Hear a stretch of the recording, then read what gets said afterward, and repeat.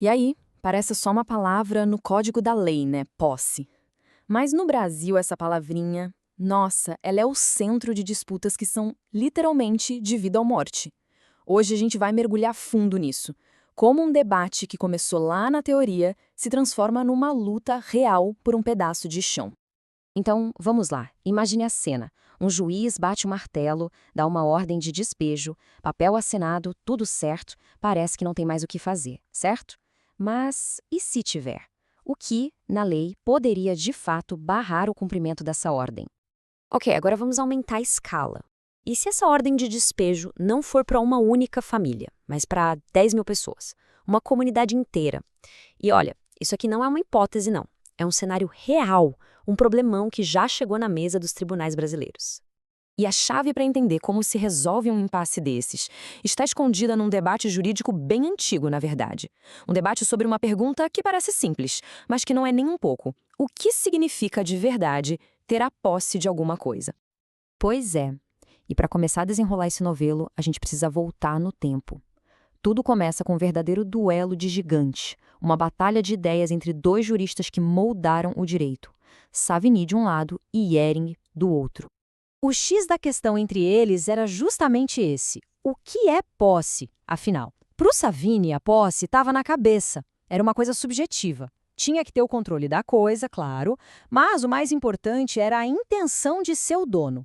Já o Hering, ele era mais prático. Para ele, o que valia era a ação, aquilo que todo mundo podia ver. Se a pessoa age como dona, pronto.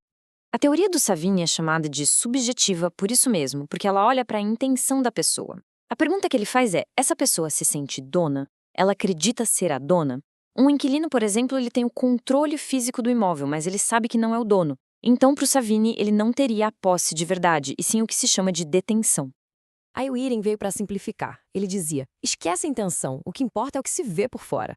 A pergunta dele era bem mais direta. A pessoa está agindo como se fosse dona?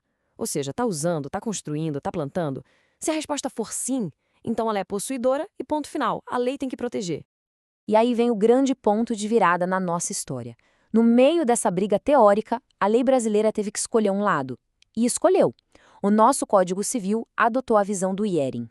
Ou seja, possuidor é quem age como dono. Isso, gente, mudou o jogo completamente, porque ampliou muito o alcance da proteção da lei. Mas calma, que a história não para por aí. Quando parecia que o assunto estava resolvido, veio 1988 e a nova Constituição Federal. E ela trouxe um elemento novo que, mais uma vez, virou a mesa de jogo. E que elemento foi esse? Foi um princípio que está lá no famoso artigo 5º: a propriedade atenderá à sua função social. O que isso quer dizer na prática? Que ter uma propriedade não é um direito absoluto, do tipo faço o que eu quiser. Não. É um direito que vem com uma obrigação, uma responsabilidade com a sociedade. E essa ideia criou uma lógica, quase um efeito dominó. Pensa comigo. Se a propriedade tem que ter uma função social, e a posse é a cara visível da propriedade no mundo real, então, por consequência, a posse também tem que ter uma função social. Faz todo sentido, né? E isso, meus amigos, muda absolutamente tudo. A discussão deixou de ser só quem está agindo como dono. A pergunta passou a ser outra, bem mais profunda. Qual posse está cumprindo melhor a sua função social? A posse de um terreno vazio, só para especulação, ou a posse de centenas de famílias que construíram ali suas casas e suas vidas? Bom, e é aí que a teoria sai do papel e vai para a vida real, para o campo de batalha. É nos tribunais que essa briga acontece, com juízes tendo que colocar na balança o direito de propriedade tradicional e, do outro lado, a dignidade humana. Lembra daquela comunidade de 10 mil pessoas do começo da nossa conversa? Então, vamos voltar para ela.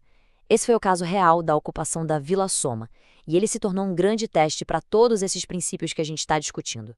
O cenário era o seguinte: de um lado, uma comunidade enorme, já consolidada, com casas, ruas, com vida e com uma ordem de despejo prestes a ser cumprida. Do outro lado, o dono legal da terra era uma massa falida, uma empresa que não usava a área para nada há anos. O caso foi tão sério que chegou no Supremo Tribunal Federal, e o STF decidiu suspender a ordem de despejo. O argumento central foi exatamente este: executar aquele despejo causaria uma lesão gravíssima aos direitos humanos daquelas pessoas. E o direito à moradia, à dignidade, pesou mais que o direito do proprietário de reaver uma terra que estava, na prática, abandonada. E olha, o caso da Vila Soma não foi um ponto fora da curva, não. Vários outros casos parecidos começaram a pipocar pelo Brasil, e os tribunais superiores foram na mesma linha.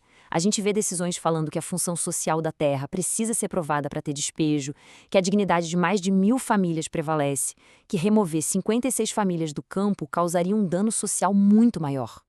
Então, o que a gente tira de tudo isso?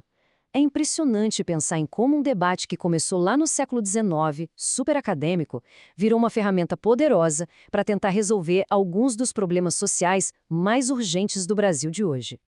Essa evolução fica muito clara. Começa com o debate teórico entre Savigny e Hering. Depois, o Código Civil brasileiro escolhe a teoria mais prática do Hering. Aí, em 88, a Constituição joga a função social na mistura. E hoje em dia, os tribunais usam tudo isso para proteger comunidades e direitos humanos. É a lei evoluindo junto com a sociedade. Isso mostra que a lei não é uma coisa parada, estática, escrita na pedra. De jeito nenhum. Ela é uma ideia viva, que a própria sociedade vai moldando para tentar resolver seus maiores desafios. O significado de posse não foi decidido por juristas numa sala fechada. Ele foi, e ainda é, construído no calor dos conflitos do dia a dia. E tudo isso nos deixa com uma pergunta no ar, uma pergunta que não tem resposta fácil e que resume toda essa discussão. Quando dois direitos tão importantes batem de frente, como o direito de propriedade e o direito à moradia digna, qual deles a lei deve proteger primeiro? A teoria ou a realidade humana? É uma questão que o Brasil e o direito continuam tentando responder todos os dias.